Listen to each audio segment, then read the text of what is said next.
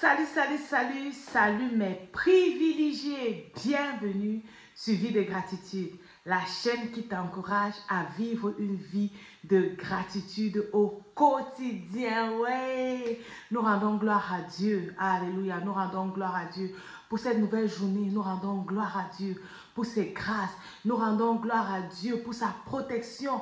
Nous rendons gloire à Dieu pour le souffle de vie qui renouvelle chaque jour, chaque instant. Nous rendons gloire à Dieu pour les membres de nos familles. Nous rendons gloire à Dieu pour tous les projets qu'il met au-devant de nous.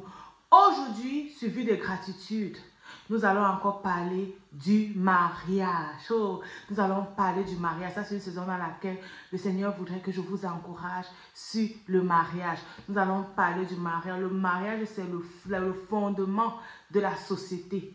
Le mariage, c'est là-bas où ça commence.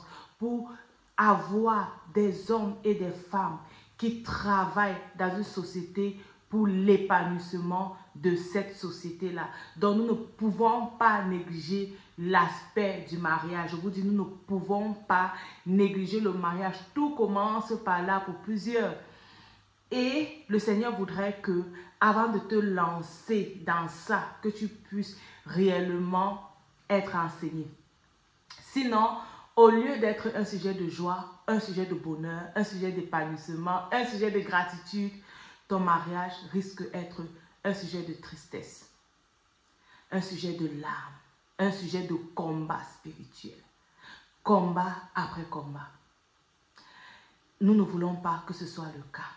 Je vais te donner aujourd'hui 4 secrets, 4 astuces que tu vas utiliser avant de te marier. Ou bien 4 astuces que tu dois connaître.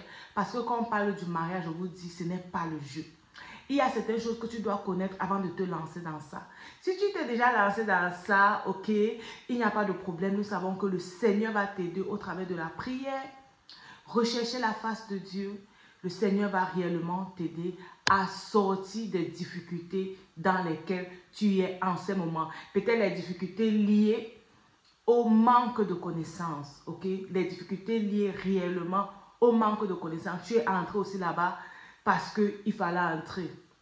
Je vais te donner 4 astuces, 4 choses que tu dois savoir réellement avant de te marier. Donc, reste connecté, écoute jusqu'à la fin, ok? Et si tu as de quoi noter, n'hésite pas, prends note pour vérifier que tu appliques ces 4 astuces et aussi pour te rassurer que tu pries pour ça, tu pries pour que le Seigneur ouvre tes yeux afin que tu puisses reconnaître que voici ce qui ne marche pas encore et que je dois améliorer. Avant ça, je vais te raconter une histoire d'une connaissance que j'ai eue. Et cette personne, en fait, était déjà divorcée, mariée très tôt, ensuite divorcée avec 2 enfants. Et pendant qu'on parlait, j'ai un peu essayé de savoir, ok, je veux souvent savoir ce qui n'a pas marché dans les relations des autres, afin davantage d'être édifié et afin davantage de vous édifier. Alors, qu'est-ce qu'elle m'a dit? Cette fille m'a dit, je me suis mariée très jeune et très tôt. Pour moi, le mariage, c'était une porte pour fuir la maison de mes parents. Le mariage pour moi était une porte ouverte pour fuir la maison de mes parents. Donc, dès que l'occasion s'est prononcée, je suis allée en mariage. Mais je n'aimais pas vraiment cet homme, ok? Donc, le plan de l'amour, ce n'était pas, la condition de l'amour n'était pas déjà posée. Et c'est normal, lorsque la condition n'est pas posée, on supporte le temps qu'on peut supporter et après, on plie bagage, on s'en va. Donc, elle était célibataire. Pour elle, je vais dire divorcée, autant pour moi, pour elle, divorcée, épanouie, elle a ses 2 enfants, elle s'occupe de ses enfants et ça va. Le plus important, elle est quittée de la maison, elle a pu sortir de la maison de ses parents et elle a eu ses enfants. Est-ce que pour toi, ça c'est une bonne idée? Est-ce que pour toi, c'est comme ça que le mariage doit être appréhendé? Partage en commentaire ce que tu penses de cette histoire. Je vais te donner 4 astuces qui vont t'aider réellement à ne pas tomber dans ce piège. Parce que le piège, ce n'est pas seulement au niveau de la femme, mais aussi au niveau de l'homme. Peut-être l'homme l'aimait réellement mais elle n'a pas pu être stable dans le mariage. Il n'a pas pu lui apporter le bonheur dont il fallait pour que le couple puisse être épanoui. Ou alors, c'était aussi un homme qui fuyait les problèmes de la famille, qui va dire marie-toi, marie-toi, marie-toi. Et tombé sur l'occasion, il entre en mariage avec cette fille.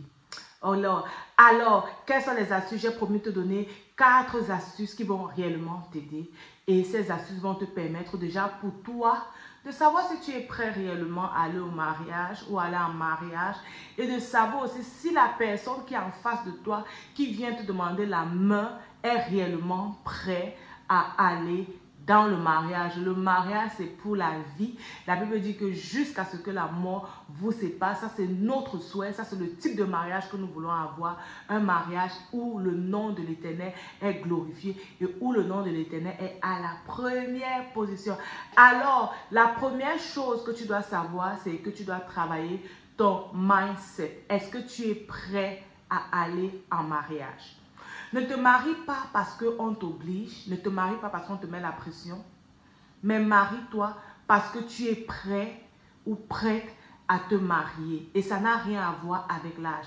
Il y a des personnes qui sont très jeunes, 19 ans, 20 ans, qui ont grandi vraiment avec cette éducation du mariage et qui sont prêts. De cette façon, le mindset était préparé parce qu'à la maison, peut-être les parents avaient un très beau couple et les parents parlaient généralement du mariage. Ça fait que l'enfant est prêt. Peut-être l'enfant a grandi dans des groupes où on parlait beaucoup de mariage et psychologiquement, réellement, le jeune garçon ou la jeune fille est réellement prêt à se marier. Tu dois être prêt psychologiquement. Tu dois être prêt à savoir que je m'engage avec une personne pour la vie. Donc, revois tes motivations. Est-ce que psychologiquement, tu es prêt à aller là-bas? Tu es prêt à découvrir ce qui se fait là-bas? Et tu es prêt à vivre ce qui se passe dans le mariage? Le mindset est très important. Et comme je dis, le mindset n'a rien à voir avec l'âge. Le mindset, ça se travaille au niveau de la préparation dans les familles. Comment est-ce que ça se passe? Les personnes qu'on a autour de nous, quel est le type de mariage qu'ils vivent? Est-ce que ce sont des modèles? Est-ce que en les voyant vivre, on a vraiment ce désir brûlant de se marier et de former enfin notre famille? Si c'est le cas, qu'est-ce que tu attends? Tu peux déjà te marier, mais il y a 3 autres choses que tu dois savoir. Il y a 3 autres choses qui sont réellement importantes parce que certains points ont été aussi l'occasion pour laquelle beaucoup de personnes se sont séparées, bien que étant prêts psychologiquement. Donc, reste scotché. La deuxième chose alors, sans plus tarder, c'est quoi? Tu dois quitter la maison de tes parents. La Bible dit quoi? La Bible dit que l'homme quittera son père et sa mère et s'attachera à sa femme. Ça, c'est un verset peut-être que tu connais par cœur. Tu dois quitter la maison de tes parents. Quitter la maison de tes parents, c'est quoi? Quitter l'habitude. Il y a des personnes qui vont te dire, oh, chez nous, on faisait comme ça, chez nous, c'était comme ça, chez nous, ma mère faisait comme ça, mon père et tout. Non, tu dois quitter cette habitude. Tu es en train de former maintenant ta famille et tu dois avoir maintenant le chez toi. Donc, tu dois quitter la maison de tes parents. Ça peut être que peut-être chez tes parents, il y avait des abus psychologiques. Tu dois mettre ça de côté. Ça peut être que chez tes parents, la mère n'avait pas parole et tu crois que tu veux épouser une femme qui ne donne jamais son point de vue. Tu dois mettre ça de côté. Ça peut être que chez tes parents, la femme ne faisait rien et c'est l'homme qui faisait tout. Et à la maison, il y avait même les domestiques. Et tu crois que tu vas aller... les domestiques, ce sont des personnes qui aident à faire le nettoyage à la maison, à faire la cuisine et tout. Et tu crois que chez ton mari, ça doit être aussi comme ça. Mais lui, il ne peut pas t'offrir ça. Et ça crée les problèmes. Tu dois quitter la maison de tes parents et savoir que tu es en train d'aller sur une nouvelle base. Il y a également des problèmes, il y a également des personnes, autant pour moi, hommes ou femmes, que lorsqu'il y a un problème dans leur ménage, pam, c'est dans la famille qu'on allait dire, on est allé pleurer là-bas, on est allé saboter le mari là-bas et tout raconter comment il n'est pas et il est, ou bien comment elle n'est pas et elle est. Non.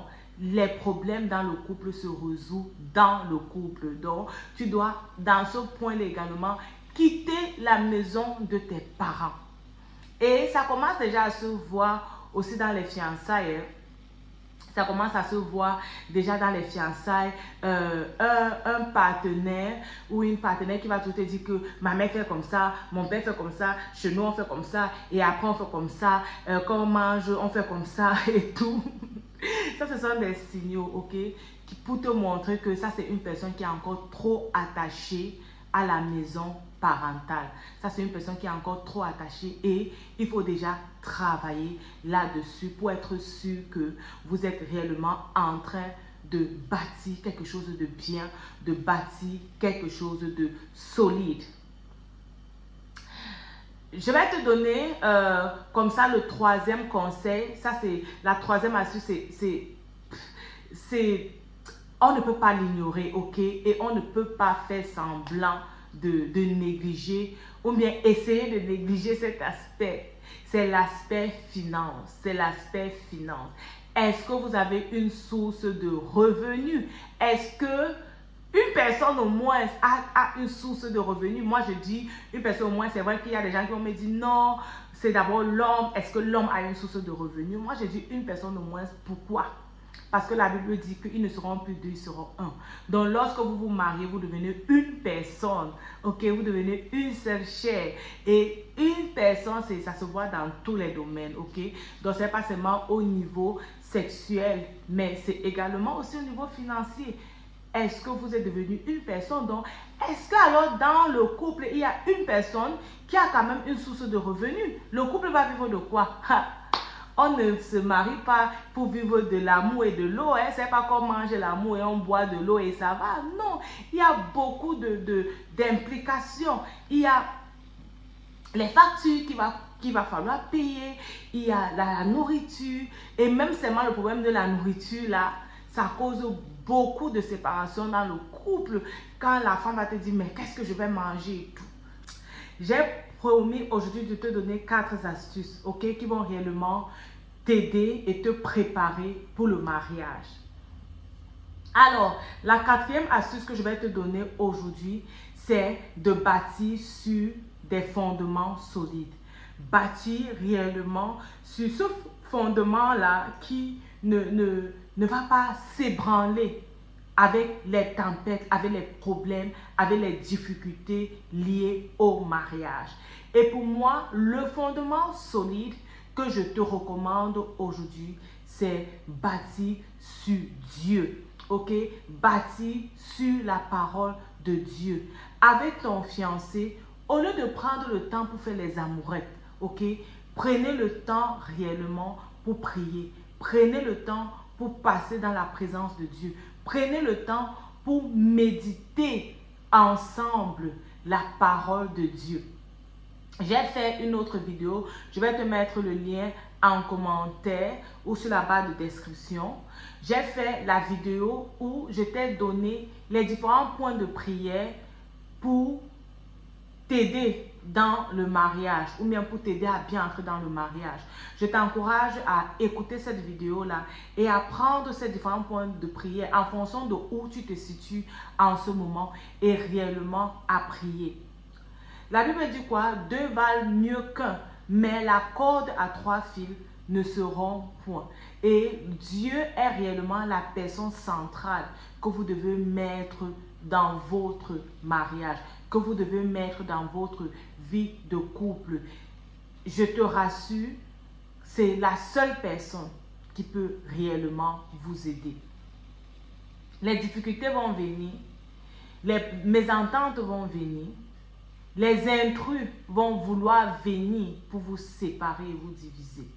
Mais si Dieu est au milieu de votre relation, je te rassure, votre relation sera réellement inébranlable. Tu vois, inébranlable. Donc, rassure-toi de construire et de bâtir avec Dieu. Et rassure-toi que celui avec qui ou celle avec qui tu veux aller dans le mariage veut également construire et bâtir avec Dieu. Ça ne se fait pas seul. Vous allez le faire à 2. Ok? vous allez le faire ensemble, main dans la main. Regardez ensemble vers la même direction. Si cette vidéo t'a plu, n'oublie pas de la partager, ok, à des personnes que tu veux voir mariées et qui aspirent également au mariage. Tu peux me suivre sur tous mes réseaux sociaux, Myriam Tapso, avec ce nom tu me retrouves. Tu vas également découvrir les musiques de louange que le Seigneur m'a inspirées et que par sa grâce, j'ai pu publier sur les différentes plateformes, que ce soit Spotify, iTunes, Blombay, je ne sais pas laquelle tu préfères, mais écris juste Myriam Tapso, tu vas me retrouver. Et aussi sur YouTube, sur cette chaîne Vie de Gratitude, tu vas retrouver cette playlist que j'ai faite pour toi, moment de louange et d'adoration avec Myriam Tapso. Il y a des chants que moi-même j'ai écrits, également des chants que j'ai interprétés. Donc n'hésite pas à prendre plaisir à rendre gloire à Dieu, à prendre plaisir à glorifier Dieu au quotidien, à prendre plaisir à lui dire merci. Merci pour toi, merci pour ta famille, merci pour cette future famille qui veut t'amener à construire. Merci pour ton travail, merci pour tes projets et merci pour tout ce qu'il fait avec toi. N'oublie pas, ta vie c'est un don de Dieu et la façon dont tu la vis c'est un don que tu fais à Dieu. Que Dieu te bénisse et on se dit à bientôt sur Vie de Gratitude. Bye bye.